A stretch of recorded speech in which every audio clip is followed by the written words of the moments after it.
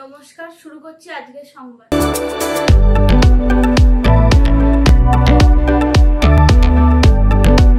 জামা ষষ্ঠী মানে বিভিন্ন পরিবারে এই দিনটিতে বাড়িতে মেয়ে জামাইয়ের আগমনকে কেন্দ্র করে ভালো মন্দ খাওয়া দাওয়ার আয়োজন করা হয়ে থাকে। আর যেহেতু এই দিনটিতে জামাইকে ভালো কিছু খাওয়ানোর ব্যবস্থা করে থাকে বিভিন্ন পরিবার, তাই বিভিন্ন খাদ্য সামগ্রীর দামও হয় লাগাম ছাড়া। বিশেষ করে ফলের বাজারে বিভিন্ন ফলের দাম অনেকটাই বেড়ে যায়। নতুন নতুন মিষ্টিও বিক্রি হয় বেশি দামে।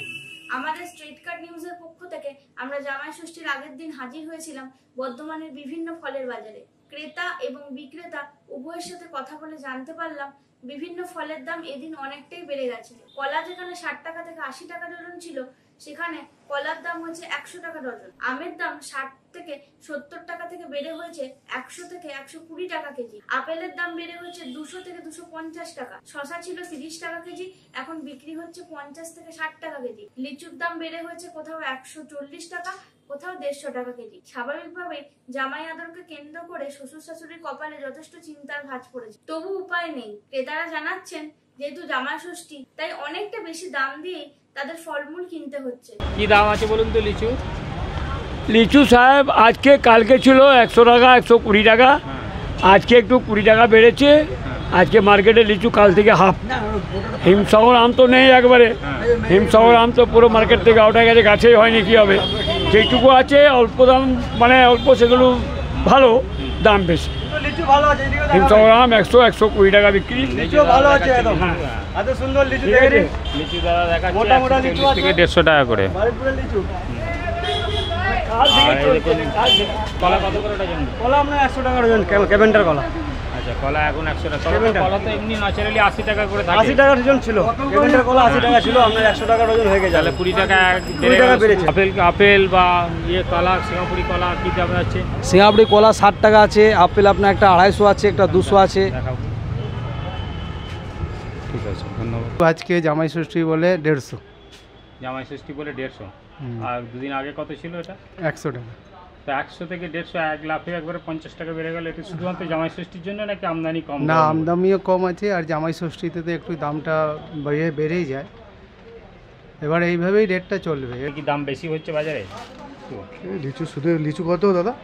150। আজকে দাম বেশি হচ্ছে। আজকে দাম বেশি, তো দামটা কি বেশি শুধুমাত্র জামাই ষষ্ঠীর জন্য? হ্যাঁ হ্যাঁ, এর আগে তো দামটা অনেকটাই কম ছিল। 100 টাকা 80 টাকা ছিল, আজকে তো 150 টাকা হয়ে গেছে। কিনতে হচ্ছে মিষ্টিও। বিভিন্ন মিষ্টির দোকানে ইতিমধ্যে ভিড় লক্ষ্য করা গেছে। জামাই ষষ্ঠীকে কেন্দ্র করে নানান স্বাদের মিষ্টির পসরা সাজিয়ে বসেছেন মিষ্টির দোকানিরা।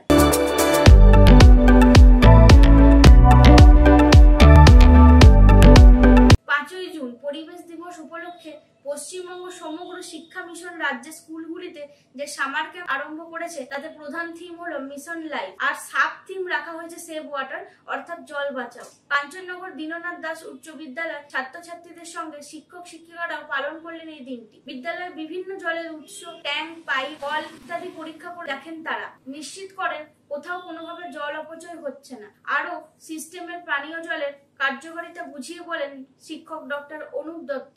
মিড ডে মিলে রান্নার ও হাত ধোয়ার জলের মতো সংক্ষিপ্ত ব্যবহারের গুরুত্ব আলোচনা করেন শিক্ষক সঞ্জিত পাল। শিক্ষিকা শ্যামলী দাস জানান, গোটা স্কুলে প্রচুর ট্যাপ থাকায় জলের অভাব নেই ঠিকই, পাশাপাশি জল যাতে কোনোভাবে নষ্ট না হয় সেটি দেখাও আমাদের সবার কর্তব্য। প্রধান শিক্ষক ডক্টর সুভাষ চন্দ্র দত্ত জানান, এই এলাকা দামোদর সন্নিহিত হওয়ার কারণে ভূপৃষ্ঠের নিচের জল পেতে বিশেষ অসুবিধা হয় না, কিন্তু খারাপ লাগে যখন দেখি কখনো কখনো রাস্তার কল থেকে জল পড়ে যাচ্ছে, বা কোনো বাড়িতে ওভারহেড ট্যাঙ্ক ভরে যাওয়ার পরেও কেউ বন্ধ করছে না এবং জল পড়ে নষ্ট হচ্ছে। আমরা যারা ব্যবহারকারী সবাইকে খেয়াল রাখতে হবে এ ব্যাপারে, নচেৎ জলস্তর নেমে যেতে সময় লাগবে। রাজ্য সরকারের এই উদ্যোগে ছাত্রছাত্রীরা অবশ্যই সচেতন হবে বলেন শিক্ষক শিক্ষিকারা। একটা কথা আছে যে পরবর্তী বিশ্বযুদ্ধ যদি হয় তবে তা জলের জন্যই হবে।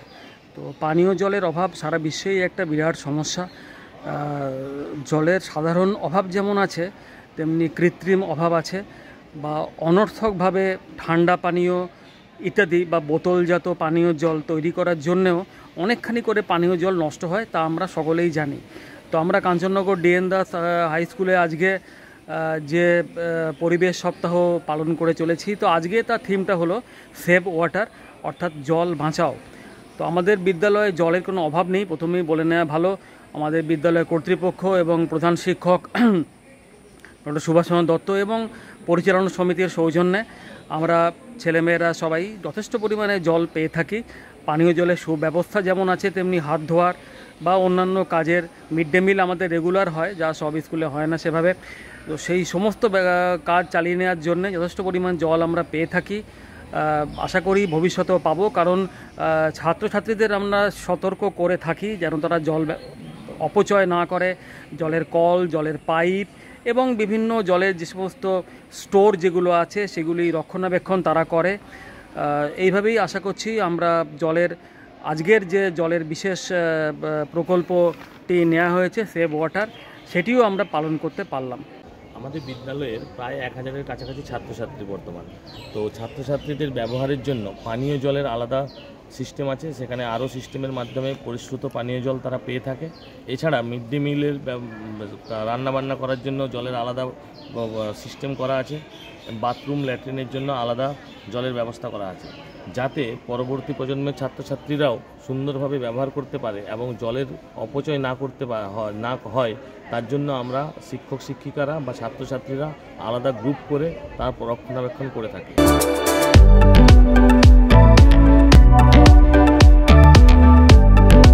State bank of India officers association Bardhaman মডিউলের রিজিয়ন 1-এর বর্ধমান ইউনিভার্সিটি এবং আরবিও এই 3টি কম্পোজিট ইউনিটের মিলিত উদ্যোগে বর্ধমানের নীলপুরে অবস্থিত বর্ধমান ব্লাইন্ড একাডেমি প্রাঙ্গণে আবশ্যিক হিসেবে থাকা 45 জন ছাত্রছাত্রীর হাতে স্কুল ব্যাগ তুলে দেওয়া হলো। একই সঙ্গে তাদের যথাযথ পানীয় জল পানের জন্য 2টি ফিল্টারও তুলে দেওয়া হয়। এর পাশাপাশি এই স্কুলের উদ্যোক্তাদের হাতে সংগঠনের পক্ষ থেকে কিছু খাদ্য সামগ্রীও তুলে দেন সদস্যরা। সংগঠনের পক্ষ থেকে জানানো হয়, এখানে থাকা আবশ্যিকদের পাশে তারা ভবিষ্যতেও আবার দাঁড়াবেন, বাড়িয়ে দেবেন তাদের সহযোগিতার হাত। এদিনের এই অনুষ্ঠানে উজ্জ্বল উপস্থিতি লক্ষ্য করা যায় সংগঠনের নবীন সদস্যদের। উপস্থিত ছিলেন বর্ধমানের মডিউলের chief regional secretary Tapas Debnath, regional secretary Sumanta Das, regional president Abhishek Das প্রমুখ। সকলের উপস্থিতিতে এদিনের এই অনুষ্ঠানটি প্রাণবন্ত হয়ে ওঠে। এই উদ্যোগে প্রসঙ্গে বর্ধমান ব্লাইন্ড একাডেমির সেক্রেটারি রায়চাঁদ সুরানা বলেন, স্টেট ব্যাংকের অফিসার সংগঠনের পক্ষ থেকে যে উদ্যোগ নেওয়া হয়েছে তাকে আমি সাধুবাদ জানাই। এই সমস্ত শিশুরা সমাজের পিছিয়ে পড়া পরিবারের থেকে এখানে এসে পড়াশোনা করছে, তারা যাতে জীবনে প্রতিষ্ঠা লাভ করতে পারে তার জন্যই আমরা এই প্রচেষ্টা নেওয়া। স্টেট ব্যাংকের অফিসারদের এই সহযোগিতা আমাদের এগিয়ে চলার পথকে আরো প্রশস্ত করবে বলেই আমরা মনে করি। বর্ধমান স্টেট ব্যাংকের এমপ্লয়িজ অ্যাসোসিয়েশন তরফ থেকে বর্ধমান ব্লাইন্ড একাডেমি অনাথ ও দুস্থ ছাত্রছাত্রীদের স্কুল ব্যাগ, কিছু খাবার জিনিসপত্র, 2টো জলের ফিল্টার প্রভৃতি প্রচুর সামগ্রী দেওয়া হয়েছে এবং এতে আমরা কিছুটা উপকৃত, কারণ এইসব অনাথ দুস্থ ছেলেমেয়েদের আমরা স্টেশন প্রাঙ্গণ থেকে তুলে মানুষ করার চেষ্টা করি। তাতে বর্ধমান শহরবাসীর যথেষ্ট সহযোগ রয়েছে, আর এরাও সহযোগিতা হাত বাড়িয়ে দিচ্ছেন। এই জন্য এদের কাছে আমরা খুব কৃতজ্ঞ।